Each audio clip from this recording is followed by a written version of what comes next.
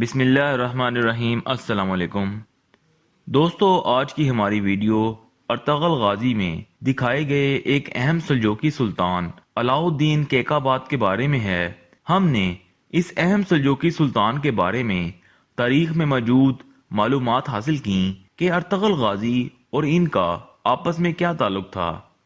اس سے پہلے آپ سے درخواست ہے کہ تاریخی اور معلوماتی ویڈیوز کے لیے ہمارا چینل ضرور سبسکرائب کریں۔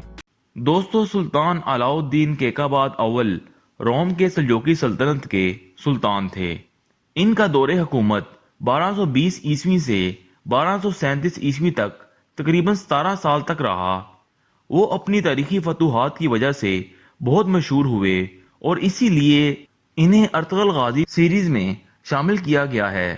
لیکن دوستو، اس کی ایک اور اہم وجہ بھی ہے جس کے لیے ہمیں ارطغرل غازی کی تاریخ جاننا ضروری ہے۔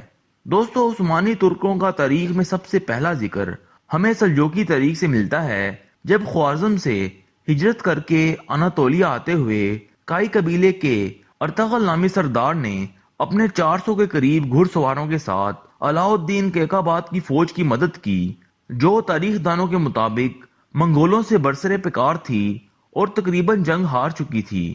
ارطغرل غازی نے ہارنے والی فوج کا ساتھ دیا اور اپنے 400 کے قریب ساتھیوں کے ساتھ جنگ کا نقشہ بدل دیا اور سلجوقیوں کو فتح حاصل ہوئی۔ ارطغرل غازی کو سلطان علاؤالدین کیقوباد کے سامنے پیش کیا گیا۔ کیقوباد اور اس کے جرنیل ارطغرل غازی کی بہادری سے بہت متاثر تھے۔ علاؤالدین نے ارطغرل غازی سے خوش ہو کر انہیں بازنطینی سرحد کے قریب کچھ علاقہ جگیر کے طور پر دیا۔ دوستو، یہ ارطغرل غازی کا تاریخ میں پہلا باضابطہ ذکر ہے اور اسی لیے کیقوباد کو ارطغرل غازی میں شامل کیا گیا ہے۔ بہرحال دوستو، کیقوباد اول 1188 عیسوی میں پیدا ہوا۔ اس کی جائے پیدائش معلوم نہیں۔ ان کے والد کا نام غیاث الدین اول تھا، جنہوں نے 1192 عیسوی سے 1196 اور پھر 1205 سے 1211 عیسوی تک سلجوقی سلطنت پر حکومت کی۔ غیاث الدین اول نے اپنے دوسرے بیٹے کیقوباد کو اناطولیہ کے ایک اہم شہر توقٹ کا گورنر مقرر کیا۔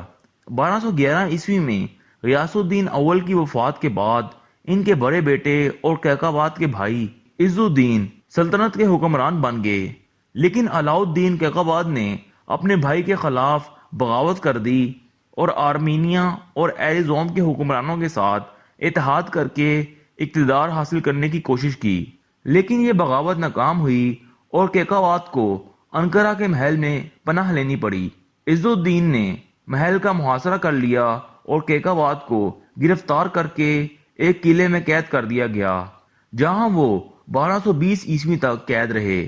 1220 عیسوی میں عز الدین غیر متوقع طور پر انتقال کر گئے اور علاؤالدین کیقوباد رہائی حاصل کر کے روم کی سلجوقی سلطنت کے سلطان بن گئے۔ اس کے بعد ان کی بہت سی تاریخی فتوحات کا ذکر ملتا ہے، لیکن میں یہاں ان کی ایک ایسی فتح کا ذکر کروں گا جسے تاریخ دان ان کی ایک غلطی تصور کرتے ہیں۔ یہ جنگ شیر خوارزم سلطان جلال الدین خوارزم شاہ کے خلاف لڑی گئی، جسے تاریخ بیٹل آف یاسی چمن کے نام سے جانتی ہے۔ اگرچہ سلطان کیقوباد اس شیر دل انسان کو شکست دینے میں کامیاب رہے، لیکن اس کے ساتھ ہی وہ اناطولیہ میں منگولوں کے لیے راستہ کھول چکے تھے۔ اگرچہ وہ اپنی وفات تک منگولوں کو روکنے میں کامیاب رہے، لیکن اس کے بعد منگولوں نے روم کی سلجوقی سلطنت کے ساتھ جو کیا وہ تاریخ کا حصہ ہے۔ بہرحال دوستو، علاؤالدین کیقوباد کو 1237 عیسوی میں کھانے میں زہر ملا کر قتل کر دیا گیا۔ انہیں کنیا میں سپرد خاک کیا گیا اور بعد ازاں وہاں علاؤالدین مسجد تعمیر کی گئی۔